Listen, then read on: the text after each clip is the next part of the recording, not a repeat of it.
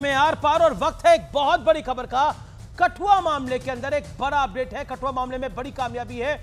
वहां पर हिरासत में लिया गया है, 24 लोगों को हिरासत में ले लिया गया है, अरेस्ट कर लिया गया है। यह बड़ी खबर है, बड़ी अपडेट है। चलिए मैं लौटता हूं लोकतंत्र की हमारी चर्चा के ऊपर, क्योंकि लोकतांत्रिक तरीके से हम लोकतंत्र पे चर्चा कर रहे हैं। और विवेक मेरे साथ हैं, डॉक्टर अजय आलोक मेरे साथ हैं, सुनील यादव जी मेरे साथ हैं। और सुनील अजय आलोक, आप कुछ कहना चाह रहे थे। सुनील यादव ने बोला कि आप लोग जेल में होंगे अपने भ्रष्टाचार के मामले में, और आज एक इंडियन एक्सप्रेस में खबर भी छपी है। देखिए, सुनील जी को मैंने यही कहा कि अगर हमारे पे ऊपर भ्रष्टाचार के इल्जाम लगा रहे हैं तो अगर सबूत हैं तो भाई कोर्ट में जाइए ना। क्यों इंतजार करना है कि आप 5 साल बाद सत्ता में आएंगे तब हमें जेल भेजेंगे? क्योंकि सत्ता में आप नहीं आने वाले 20-25 साल सुनील जी, ना उत्तर प्रदेश में ना देश में। तो अभी सबूत अगर है तो सुप्रीम कोर्ट पे जाइए, वो सबूत दीजिए, बिल्कुल कोर्ट जांच करवा देगी। अगर हम जेल जाने लायक होंगे तो जाएंगे। अरे आप तो उस जगह पे भी कुछ नहीं कर पाते हैं जहां आप हमें हटा के सत्ता में आते हैं, वहां पे भी आपको भ्रष्टाचार नहीं मिलता है। राजस्थान देख लीजिए, मध्य प्रदेश देख लीजिए, छत्तीसगढ़ देखिए, सब जगह बीजेपी की सरकारें थी। 5-5 साल आपके मित्रों की सरकार रही, हमारा कोई भ्रष्टाचार ही नहीं खोज पाती है, पता नहीं क्यों। हम तो उठा के जेल भेज देते हैं आपके लोगों को, क्योंकि खुला भ्रष्टाचार मिल जाता है हमें। सुनील यादव, नहीं तो दोनों में अंतर है। इसलिए बात वही बोलिए जहां पे Sunil Yadav, 40 second time limit है, 40 सेकंड में अपनी बात को समाप्त करिए प्लीज। हाँ ठीक।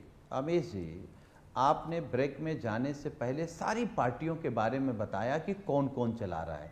बीजेपी के बारे में नहीं बताया कि बीजेपी को 2G चला रहा है, केवल गुजरात के लोग चला रहे हैं, वो भी 2।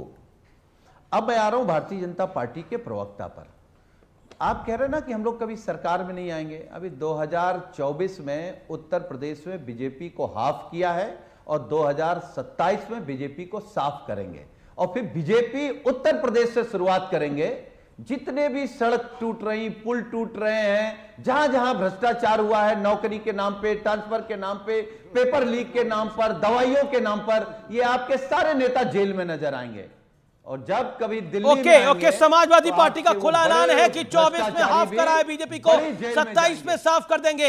यानी 27 में योगी आदित्यनाथ की सरकार जाएगी और अखिलेश यादव की सरकार आएगी, ये कहना चाह रहे हैं सुनील यादव। ओके, जवाब हाफ और साफ जी।